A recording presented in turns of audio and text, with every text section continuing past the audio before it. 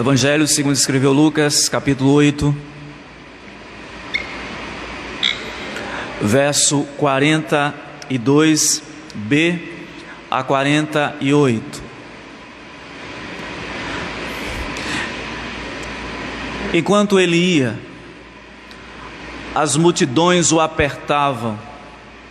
Certa mulher que havia 12 anos vinha sofrendo de uma hemorragia e a quem ninguém tinha podido curar, e que gastara com os médicos todos os seus haveres, veio por trás dele e lhe tocou na orla da veste, e logo se lhe estancou a hemorragia. Mas Jesus disse: quem me tocou? Como todos negassem, Pedro, com seus companheiros, disse: Mestre, as multidões se apertam e te oprimem, e dizes: quem me tocou? Contudo, Jesus insistiu: alguém me tocou, porque senti que de mim saiu poder. Vendo a mulher, que não podia ocultar-se, aproximou-se trêmula e, prostrando-se diante dele, declarou à vista de todo o povo a causa por que ele havia tocado e como imediatamente fora curada.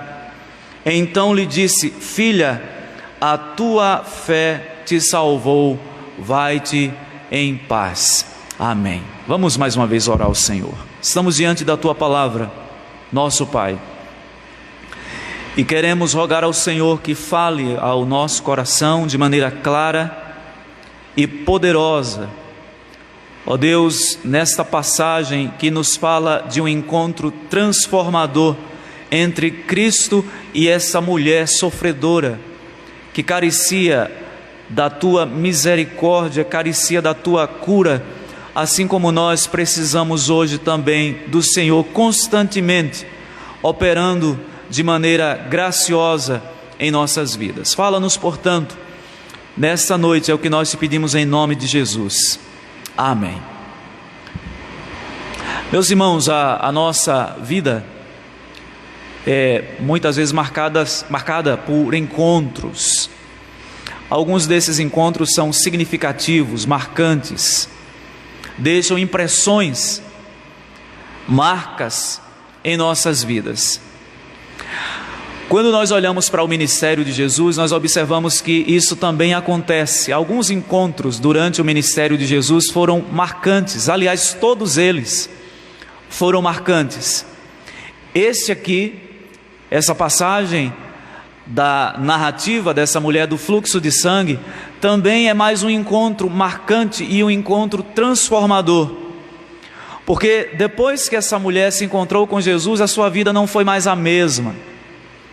O texto mostra que ela sofria há muitos anos de uma enfermidade que ela já tinha procurado recursos, mas não havia encontrado, até que ela se encontra com o Senhor.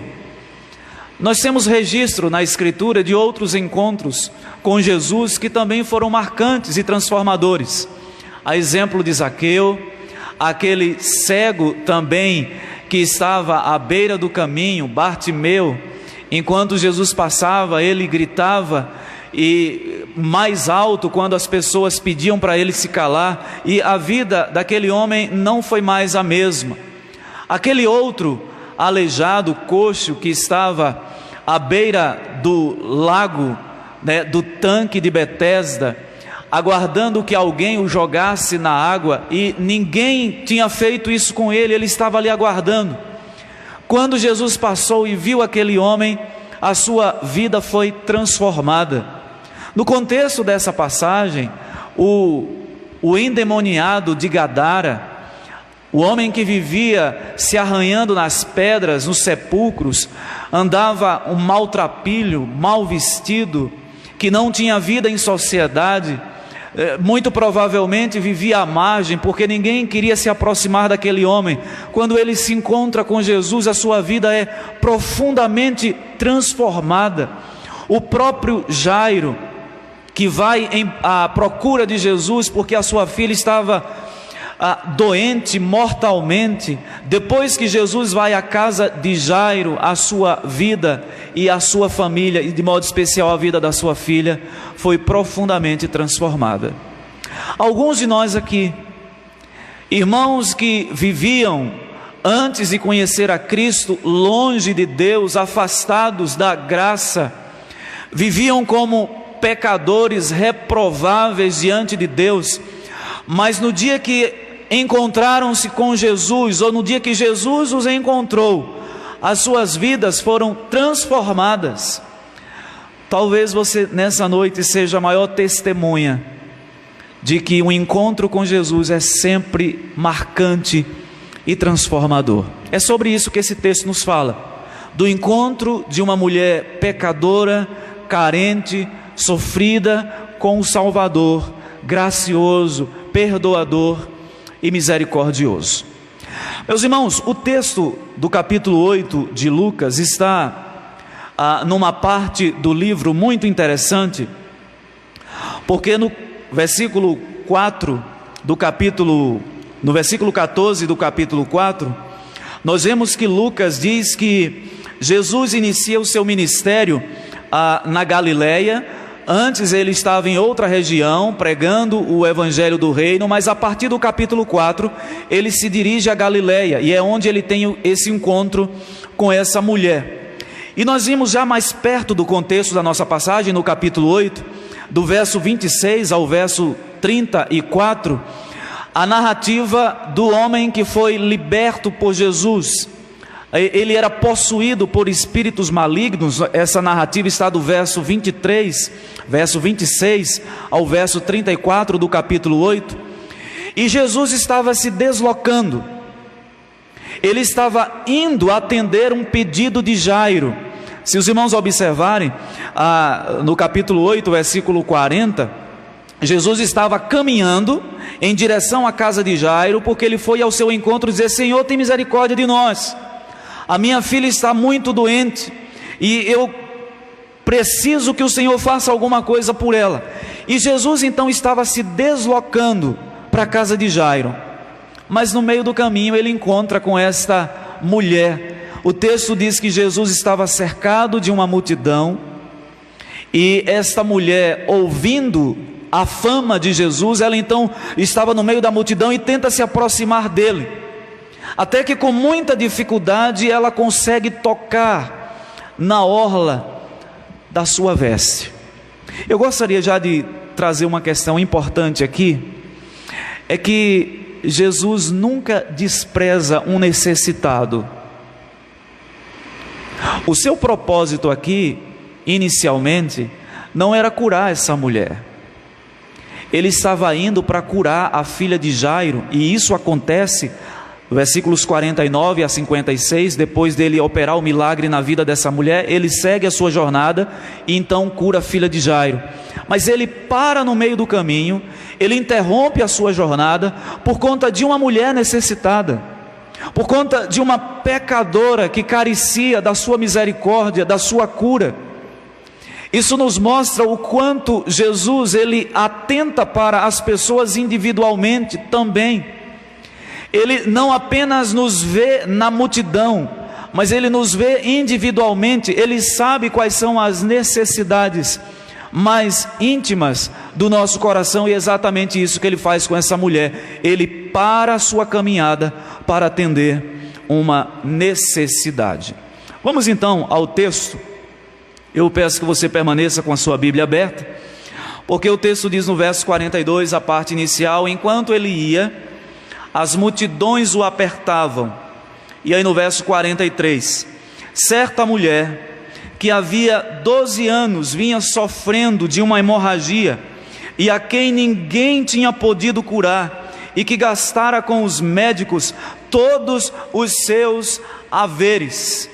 A primeira questão que nós observamos aqui no texto, o aspecto que eu gostaria de destacar, é que essa mulher tinha um grande problema. Um problema de mais de uma década. 12 anos ela já vinha sofrendo. Ela já tinha buscado recursos na medicina da época, mas não havia encontrado ainda a solução para o seu problema.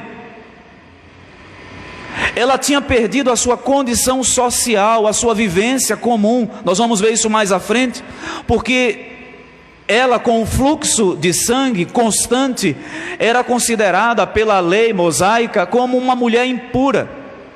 Então ela tinha um grande problema, além do problema físico, ela tinha um problema social, porque ela não podia conviver normalmente com as pessoas, pois era considerada nessa situação como alguém impura. E esse registro está no livro de Levítico, que eu gostaria de ler com os irmãos.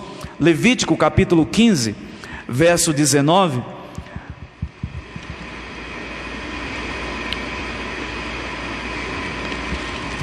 O texto da palavra do Senhor nos diz: a mulher, quando tiver o fluxo de sangue, se este for o fluxo costumado do seu corpo, estará 7 dias na sua menstruação, e qualquer que a tocar será imundo até a tarde. Então, olha a situação dessa mulher: 12 anos sofrendo, e ainda tinha que enfrentar uma enfermidade que a afastava do seu convívio social, da sua vida comum, porque era considerada impura. Mas já não bastasse o problema, ela tinha algumas barreiras para ultrapassar até que ela encontrasse uma solução para a sua situação. E nós observamos aí no verso 43 que Lucas diz que ela já tinha gastado todos os seus haveres, os seus recursos, em busca de uma solução médica, e até o momento não havia encontrado a solução. E eu dou um destaque para os irmãos aqui, na narrativa paralela do livro de Marcos. Marcos capítulo 5, versículo 23, diz que a situação dela cada vez mais se agravava. Então, além da medicina não conseguir curar, encontrar a cura para o seu problema, parece que o tratamento que ela estava recebendo não era suficiente, porque a sua saúde mais e mais se deteriorava, e Marcos registra esse detalhe na narrativa. Então, esse era o primeiro problema, a limitação de recursos. Não havia recursos humanos suficientes para ela. Segundo, o texto nos fala no verso 47, vendo a mulher que não podia ocultar-se, aproximou-se trêmula, e prostrando-se diante dele, declarou à vista de todo o povo, a causa por que ele havia tocado e como imediatamente fora curada. No verso 42, a parte B diz: enquanto ele ia, as multidões o apertavam. Essa mulher tinha uma outra barreira. As pessoas estavam cercando Jesus, uma grande multidão, que dificultava a sua aproximação da mulher. Mas não só dificultava a aproximação. Os irmãos devem ter em mente o contexto da lei cerimonial, porque aqui eles ainda estavam vivendo nesse período de transição. Então, nessa situação, essa mulher ainda era considerada impura. Agora imagina, no meio de uma multidão, imagina se essa mulher revela a sua identidade, o medo que ela tinha de ser apedrejada pelas pessoas, pelo fato de estar impura e no meio das pessoas, porque nessa situação ela deveria estar reclusa, ela não poderia estar no meio dos demais. A multidão era um empecilho. O mesmo acontece na narrativa do capítulo 19 de Zaqueu, que Zaqueu também tentou se aproximar de Jesus. O texto diz que ele era de pequena estatura e uma multidão cercava o Senhor e ele não pôde se aproximar. Essa mulher também tinha essa mesma barreira, a multidão que a impedia. Mas uma outra barreira que essa mulher tinha, e a razão do porquê Lucas diz que ela se aproximou trêmula, observem: vendo a mulher que não podia ocultar-se, aproximou-se trêmula, porque ela estava tentando se esconder, e quando não pôde mais se esconder, ela estava tremendo de medo, por duas razões. A primeira eu já falei: a impureza cerimonial em que ela se encontrava. em razão do seu quadro de saúde. Mas o outro motivo, meus irmãos, é que nessa cultura, nessa época, a mulher não poderia se dirigir diretamente a um homem em público. É por isso que ela tentou se esconder a todo custo, porque ela tinha medo da reação da multidão, pelo fato daquele momento ela não poder se aproximar e nem falar diretamente com Jesus, um homem, um judeu. Mas algumas atitudes dessa mulher nos chamam a atenção. E aqui eu entendo que esse texto nos fala de um aspecto da fé que na nossa teologia é chamado de fé ativa, em contraponto com uma fé passiva, uma fé que não age, que não toma atitude, que não toma uma postura. Essa mulher, ela tem uma fé ativa, porque o texto diz, no verso 44, que certa mulher, havia 12 anos, vinha sofrendo, ela gastou todos os seus recursos, e no verso 44 diz, veio por trás dele, e lhe tocou na orla da veste, e logo se lhe estancou a hemorragia. Nós não sabemos o quanto essa mulher conhecia Jesus, mas uma coisa ela tinha certeza, que Jesus podia fazer alguma coisa por ela. E sabendo disso, a atitude que ela tem foi de se aproximar do Senhor e tocar na orla da sua veste, porque ela dizia consigo, se eu apenas tocar na sua gola, isso será suficiente. O que os médicos não puderam fazer até agora, um simples tocar nas vestes do Senhor será suficiente para que Ele me cure. Essa é uma atitude de fé confiante.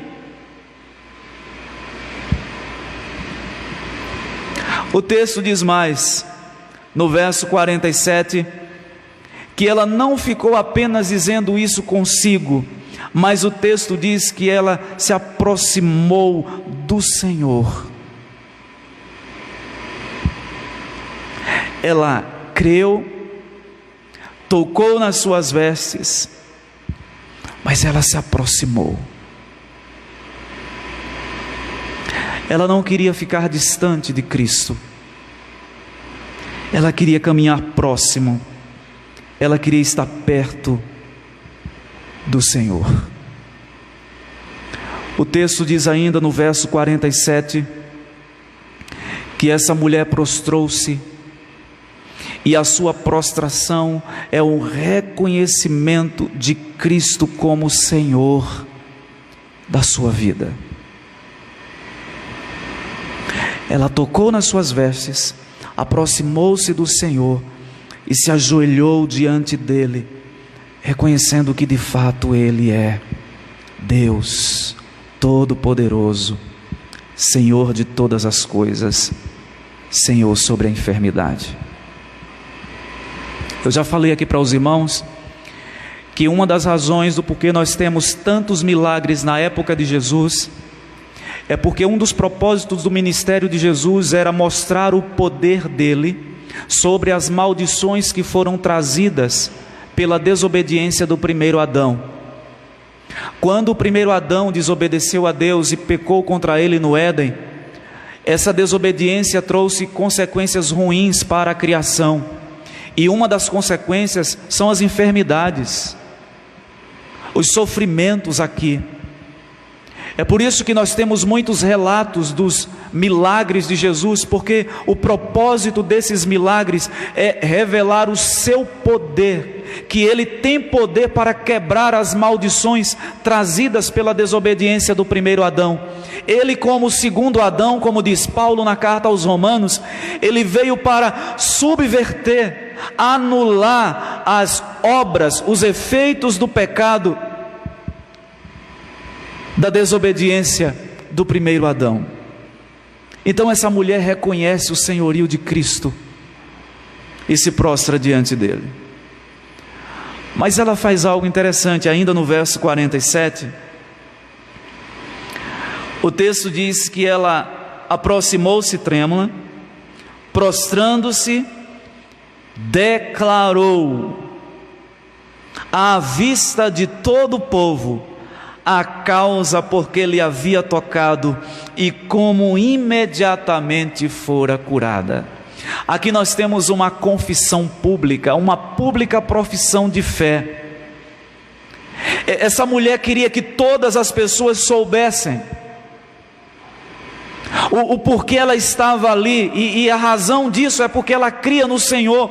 Ela declarou à vista de todas as pessoas, ela não queria mais esconder a sua alegria. Um testemunho público da sua fé. Meus irmãos, a Escritura nos chama constantemente a declararmos publicamente a nossa fé.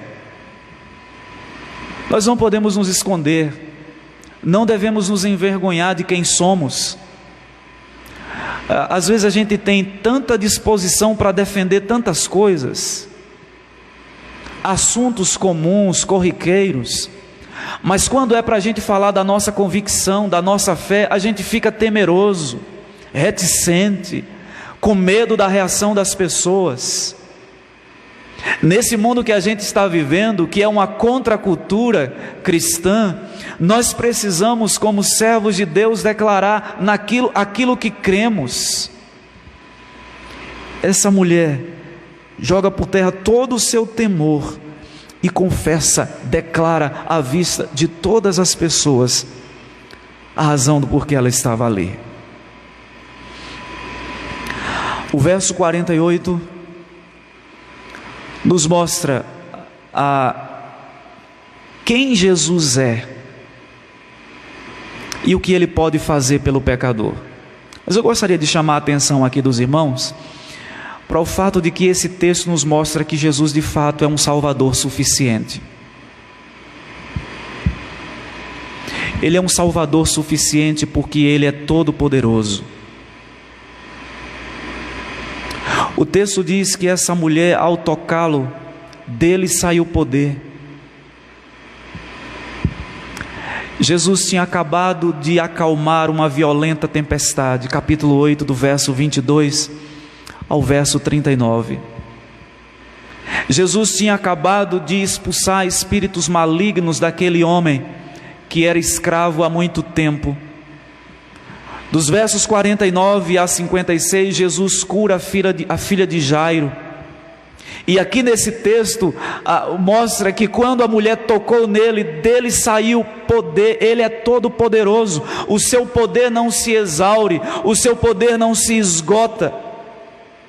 Mesmo ele tendo realizado todos esses feitos anteriores a esta mulher, essa mulher o tocou e ela não precisou fazer mais nada além disso, e isso foi suficiente para que ela fosse curada. Ele é todo poderoso.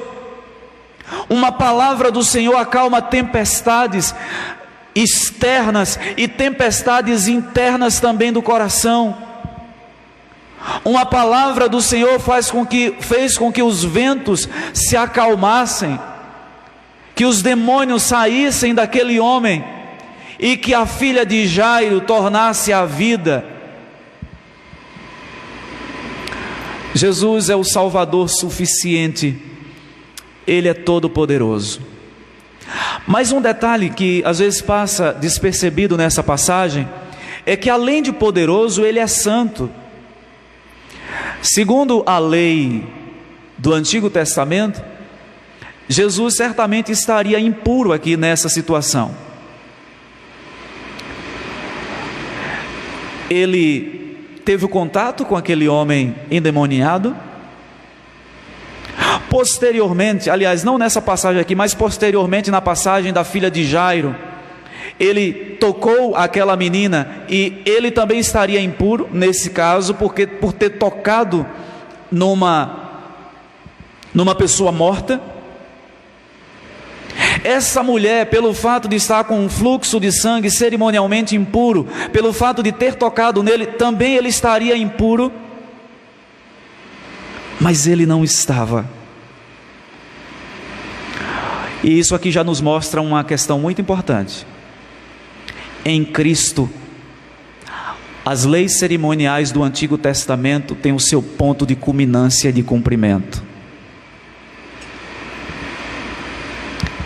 Em Cristo, as leis civis e cerimoniais da antiga aliança se cumprem.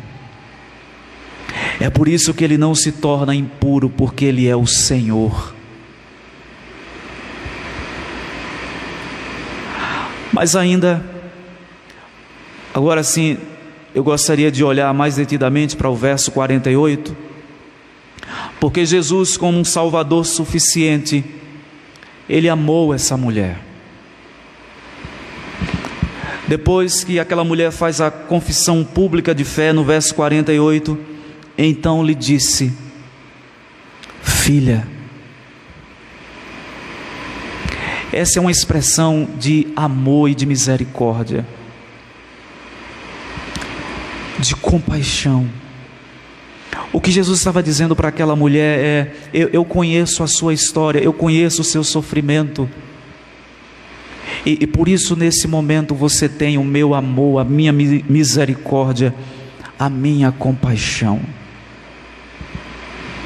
Jesus não rejeitou aquela mulher dizendo: afaste-se de mim porque você está impura, afaste-se de mim porque você não pode se aproximar de um homem em público. Jesus diz: filha, e ele diz mais: a tua fé te salvou. A tua fé te salvou. Ela foi curada física, mas espiritualmente também. Havia uma necessidade mais fundamental naquela mulher, além da necessidade da cura física.